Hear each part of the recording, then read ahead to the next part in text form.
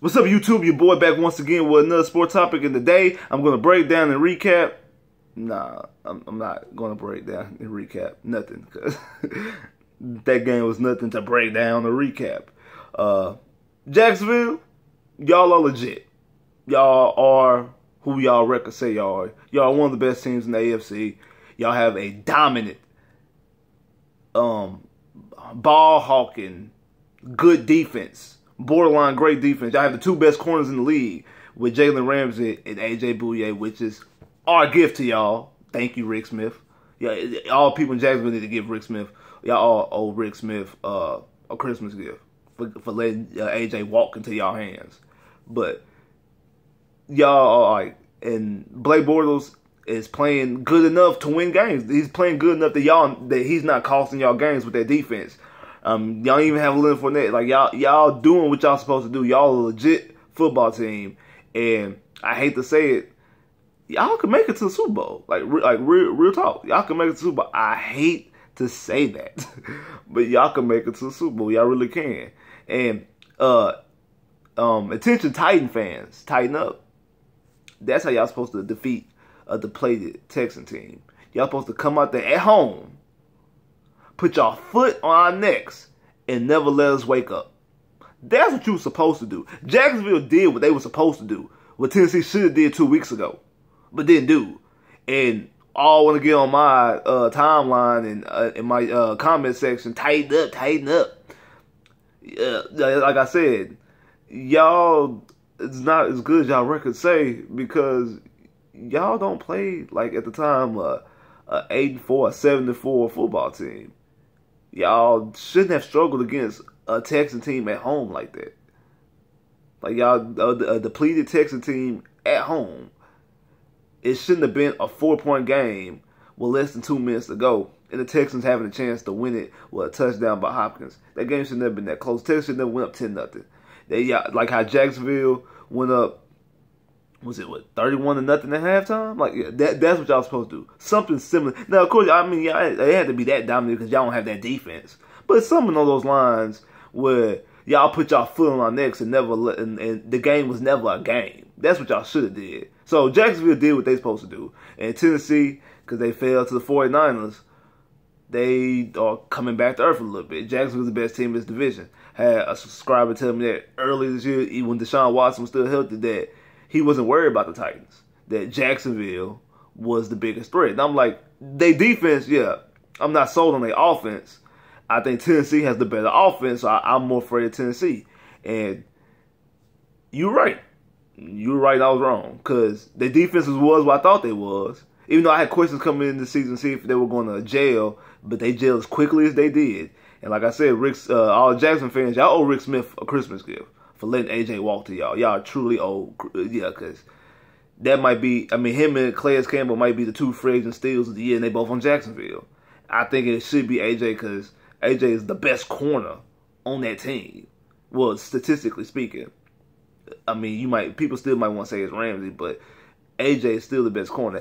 And that game's evidence of what I said earlier this season, that if Will Fuller would have played, I would have felt a little bit more happy about that game, the first game of the season, because it would have gave a better mismatch between the receivers and the corners, because I thought that AJ would be covering Will, and you'll put Ramsey on Hopkins. Because week one, Bouye was on Hopkins, not Ramsey. Bouye was on Hopkins, and they had Ramsey go after Strong didn't play that game because Strong was suspended. After Bruce Ellington and other receivers and tight ends, that's what, and then also have help over the top and stuff like that, and certain packages. But it was mostly AJ covering Hopkins. This game, it was Ramsey covering Hopkins and AJ covering Will Fuller. And I think that if you had, I'm not just saying DeShaun Watson, I'm just saying a better quarterback than TJ, because TJ is just TJ.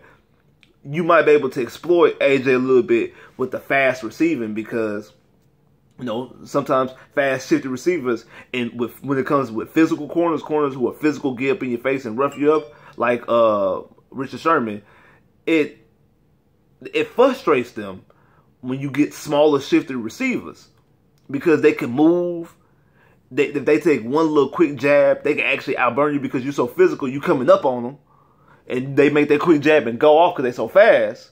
Then it looks like they got burnt. It's just because the corner was just being too aggressive. That's the type of things that happen when you have a small, shifty, fast receiver up against a physical corner. See, Hopkins, he's a physical, even though he's not big, he's slender, but he's a physical receiver in his own right. He leads the league in offensive pass interference and also leads the league in getting defensive pass interference drawn to him because he's probably the most physical receiver, most handsy receiver in the NFL because he's always locking up. So a physical corner likes that. Yeah, he gonna get calls called against him, but he also gonna get calls called for him because Hopkins is the same way. So like Hopkins wants a physical corner on him too because it goes both ways. I'm gonna get me some calls. I might get some calls called on me, but I'm also gonna get me some calls called for me because this guy's just as physical as I am. So they gonna call something, and then they're not gonna call it every single play. They're not gonna throw a flag on every single play. They probably because they always lean towards the offense. It might give pass interference offense, pass interference defense, no call, pass interference defense, something like that. Like that's normally how they do it because they're not gonna call it every play, and then they're not gonna call you offensive pass interference back-to-back plays, and they're not gonna call you defensive pass interference back-to-back plays unless it's something just blatant, like it's a blatant grab and shove and pull down. So you're not gonna do stuff like that. So that's what I kind of suspected. But other than that, there's no more to talk about this game. What I want to talk about is the Bill O'Brien, Rick Smith dynamic. That's what I want to talk about. Because, it was reports last week about Rick Smith leaving. I mean, not Rick Smith, Bill O'Brien leaving. And the Hopkins retweeted it saying, I want Bill O'Brien with me. Now, people were saying, Hopkins said the same thing about Savage. One, Hopkins never said that about Savage. Hopkins was comparing Savage to previous quarterbacks on this roster. Your Brock Osweiler's, your Ryan Fitzpatrick's, your Ryan Mallett's, your Brian Hoyer's. He was comparing them. And then he was asked a question about Savage and quarterbacks. This is not DeShaun Watson comparing nobody to anybody. And it wasn't an ask. He voluntarily retweeted this himself. This was coming strictly from him.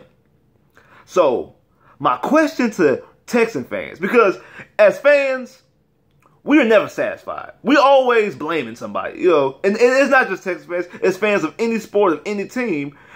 Somebody's always getting the blame. We're always blaming somebody for something. It's just how it is. It's how we are as fans. We're human. But I asked one legitimate question. What is the real reason why you want Bill O'Brien fired? The people who were very, very, very adamant about getting rid of Bill O'Brien. Because the guy comes in before this season, 3 straight 9-7 seasons, 2 back-to-back division titles. People quick to say, we had a weak schedule. Okay, this schedule right here that we played, to be honest, outside the Patriots and the Jags within our division, Jags look like they the Jags and probably the Rams in Seattle. This schedule wasn't tough either because you was in every single game except for the Jag game. Because you was even in the Ram game for the majority of the game. I mean, if Savage doesn't turn the ball over twice, you missed a field goal, and Bruce Ellington drops a wide open pass that he probably would have ran in for a touchdown, and you was up with 9-0 in that game. So you was up, and then you had them running fake punts. And that the pick that Savage throws was in the end zone, was like on the 10-yard line, and they take that back and kick field goal. Then also the fumble that he fumbled, you spied them 3 points, so you spied them 6 points. So, and you was in that game into the third quarter. So, really, like, this schedule here wasn't weak, and you see what happens when you have a depleted team. I mean, yeah, we had a good defense, but our defense was never like Jacksonville defense. Our defense is a defense who stops people on third downs and suffocates them. We're not aggressive. We don't turn the ball over. We don't win games off of defense. Like A.J. Bouye, a game against the Chargers in overtime, gets a pick and manhandles a pick and takes it back. He doesn't score, but he takes it back. Like, they defense won them games. Our defense might have stopped people from scoring. Their defense actually took games away, made game-winning defensive touchdowns. Their defense has made plays to win games. We never had a playmaking defense. It was just a very good, solid defense that was suffocating, and it would stop you. This defense makes you make your own mistakes. But offensively, outside of Hopkins, what have you had? I mean, I know you had Foster in 14. Yeah, you had Foster, Hopkins, and Dre in 14, but you had Ryan Fitzpatrick as your quarterback. And then a year later, you had Ryan Mallett, Brian Hoyer, TJ Yates, and Brandon Wheaton as your starting quarterback. And you didn't have Arian Foster. I think Alfred Blue was your starting running back for the majority of that season. Like, you didn't have nothing offensive. Then last year, you had number 17 and Lamar Miller, which is the best free agent signing from that free agent class, because Jeff Allen's trash, Osweiler's gone, and the center that we signed from Oakland, he left. Like, he didn't even play none last year. And really, what has Lamar Miller done? I mean, I know he had 1,000 yards last year, but what kind of, like, what's it? It was like a baby at 1,000 yards. Name something Lamar Miller has done. I'm waiting. You can't name nothing because he hasn't done anything yet. But he's the best free agent out that class. That really just shows you, that's an indictment on how bad that free agent class was and how bad job Rick Smith did. Because Rick Smith let offensive lines our problem, right? You let Brandon Brooks and Ben Jones go to Tennessee and Philadelphia, and they have two of the best offensive lines in the NFL. So you losing offensive linemen. You losing corners. And these are the departments that you're struggling in. But y'all want to blame Bill O'Brien. Okay, his game management. Okay, yeah, he has some messed up game management. I would defend him in that Patriot game because the defense made the play to win the game. They just dropped a pick that Corey Morris should have got, and Gilchrist strip sacks Brady. You just didn't get the fumble. You make one of those plays, the game is over. You win. Now Seattle was no excuse. He should have ran a different play. But even still, even with those blunders, even if you want to blame both of them on Bill O'Brien, that's the reason. Just because you fire him and get another head coach doesn't mean you're going to get another aggressive coach. You might get one that's even more conservative. And then, why would you take somebody who was working well with DeShaun Watson? Now, I know a lot of people out there, that was DeShaun Watson's offense. That's DeShaun Watson making those plays. True. I think it is mostly DeShaun Watson that made that offense the way it was. Because the offense is the same offense that it was the year before. The same players. You put in DeShaun Watson, it unlocks the door. We out here scoring 50 points and 300 yards and 4 touchdowns a game. Number one offense in the NFL under Deshaun Watson. But look at how many times a young quarterback changes our offensive coordinator. Look how many times that happens. How many times different young quarterbacks get these different offensive coordinators and it hurts their development. They start regressing.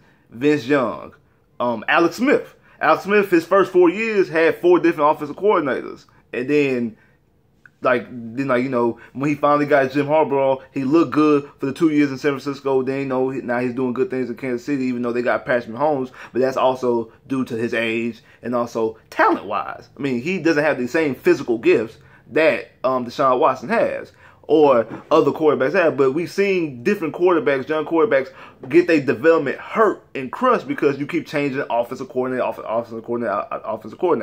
And if you change the head coach, you change the offensive coordinator because Bill O'Brien is the offensive coordinator of the team. And it worked. It wasn't like it was too much on his plate.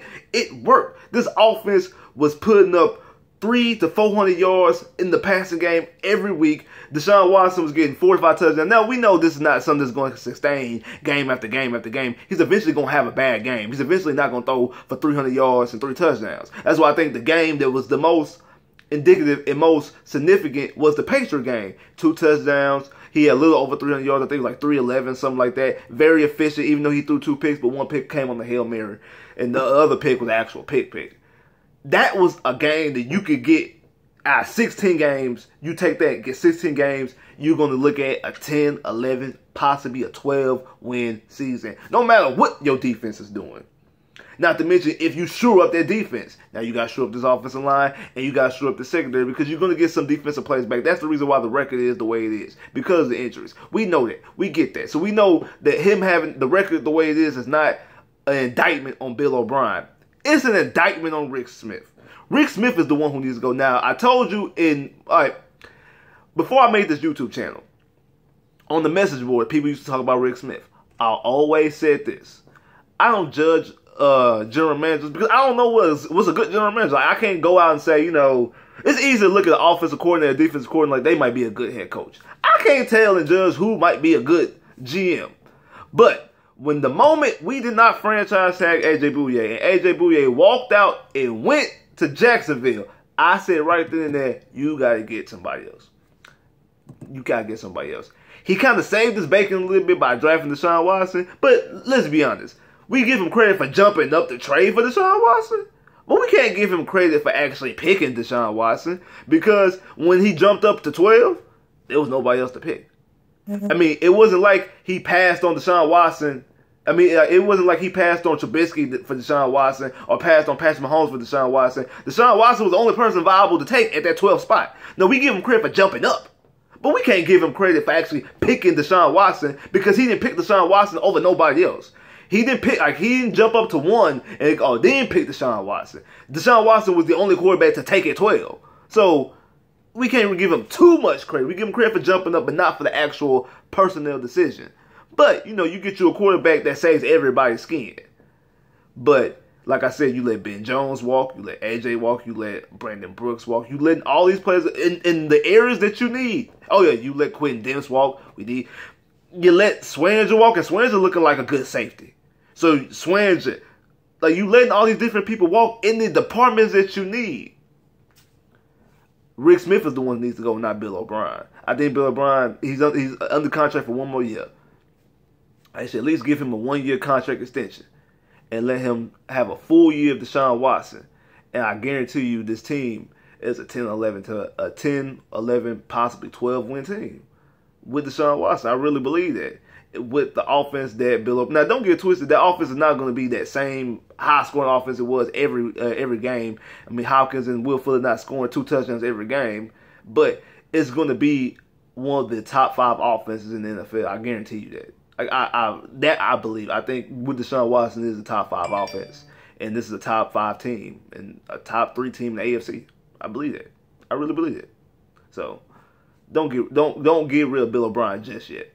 Like, share, subscribe if you haven't. Comment below if you haven't. Click that bell to get more videos. I holla.